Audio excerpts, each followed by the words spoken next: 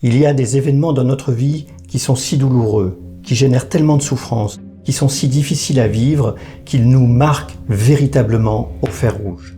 Ils s'incorporent en nous, ils finissent par nous définir, cela devient identitaire. Ce mécanisme est un piège, il nous limite, il nous empêche. Je voudrais aujourd'hui témoigner à quel point votre histoire de vie peut être un obstacle à votre croissance.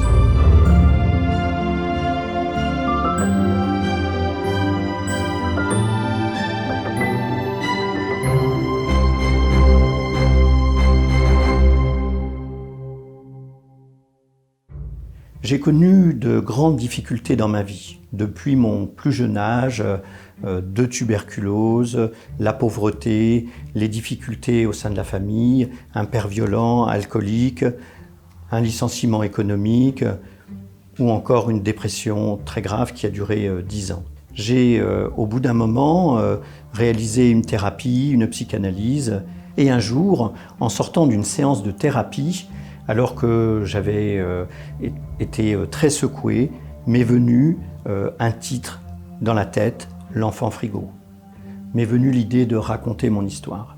J'ai donc écrit ce livre, sorti en 2006, et ce livre a connu le succès, a été un best-seller, m'a valu un article dans Libération, dans le portrait de Libération, m'a valu des passages à la télévision, chez Mireille Dumas, chez Jean-Luc Delarue, sur France 3 et même à Envoyé spécial. J'ai donc à un moment reçu des courriers, été valorisé pour cette histoire qui, il est vrai, dans le fait de l'avoir racontée, de témoigner, m'a aidé. En même temps, j'ai fini par devenir un peu cet enfant frigo et à m'identifier à cette histoire, à ses souffrances. Il se trouve qu'après avoir écrit ce livre, je suis devenu délégué général d'Emmaüs France. Et devenant délégué général d'Emmaüs France, j'ai eu à circuler un peu partout en France et lorsque j'arrivais dans une communauté, dans ces salles où les compagnons étaient rassemblés, j'envoyais un certain nombre de dos prendre leur café et j'avais l'impression de voir mon père. J'allais de plus en plus mal et je suis donc allé voir une thérapeute. Heureusement, je suis tombé sur une thérapeute d'exception. Je la rencontre et au bout d'à peine 15 minutes de cette rencontre, cette femme me dit « Vous savez, c'est simple. Vous devez arrêter de mettre du sel sur vos plaies. » Quand elle m'a dit ça, ça m'a fait comme un électrochoc et je crois bien que même si j'ai fait plusieurs années de thérapie avec elle ensuite, tout était déjà réglé à ce moment-là. C'est-à-dire que j'ai pris conscience à cet instant que oui, il y avait ce livre, oui, il y avait cette expérience incroyable, oui, je m'en étais sorti, mais au fond, je passais mon temps à m'identifier à mon histoire, à m'identifier à mes souffrances et donc à me faire du mal. C'est vraiment de ça dont je voudrais témoigner avec vous. Si vous avez vécu quelque chose de difficile, que ce soit vous remettre d'une maladie grave, d'un cancer ou d'une autre maladie, que ce soit après un burn-out, que ce soit parce que vous avez été une femme battue, au fond, il est important de ne pas vous définir par cette histoire. Vous n'êtes pas la personne qui a fait un burn-out, vous n'êtes pas la personne qui a survécu au cancer, vous n'êtes pas la personne qui a été victime de violence. Vous avez vécu toutes ces choses, mais il y a ce que vous avez vécu et il y a qui vous êtes.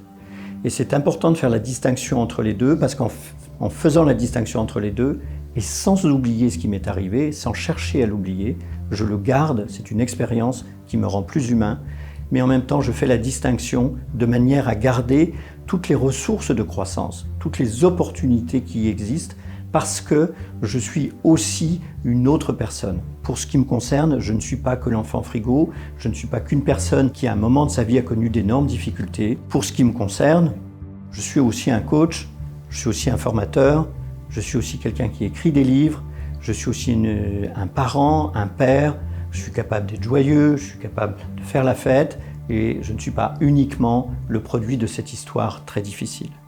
Donc vous le voyez, ce travail de décollement, et c'est ce terme qu'utilisait cette thérapeute, entre mon histoire, ce que j'ai vécu et qui a eu une influence sur moi et qui je suis vraiment, est importante parce que ça libère toutes les autres parties qui sont en fait enfermées, oblitérées par l'histoire douloureuse et qui du coup n'ont pas leur place et ne peuvent pas se développer.